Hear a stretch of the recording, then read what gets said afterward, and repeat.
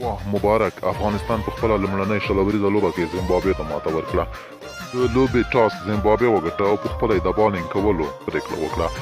د افغانستان له لوري رحمان الله ګربز په 4 توپونو 43، حضرت الله زازي په 1414، نجیب ترکی په 19 توپونو 14، اصغر افغان په 1414، نجیب الله زدران په 10 او محمد نبی په 18 بالونو 28 رن جوړ کړل.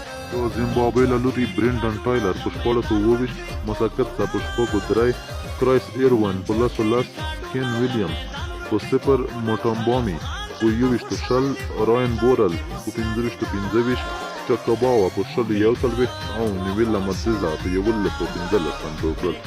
د زیمبابوې د افغانستان له لوري د بالینګ په برخه کې مجیب زدران په 3 اورونو کې 9 رن ورکړل، کومه وکټ یې وانخیسته. فارید مالک په 4 اورونو کې 15 رن ورکړل او 2 وکټ یې ترلاسه کړي. کریم جنت په 3 اورونو کې 9 رن ورکړل او 1 وکټ ترلاسه کړه. محمد نبی په 2 اورونو کې 9 رن ورکړل او کومه وکټ یې وانخیسته. ګلبادي نایب په 3.3 اورونو کې 9 رن ورکړل، 1 وکټ یې واخیسته. او رشد خان په 4 اورونو کې 9 رن ورکړل او 2 وکټ یې ترلاسه کړي. په پای کې زیمبابوې په پوره 10 اورونو کې د 7 وکټو په سوځېدو سره 108 رن جوړ کړل او لوبه یې په 28 رنو افغان لوبډلې ته وبایلله. ټولو افغانانو ته مبارک وي.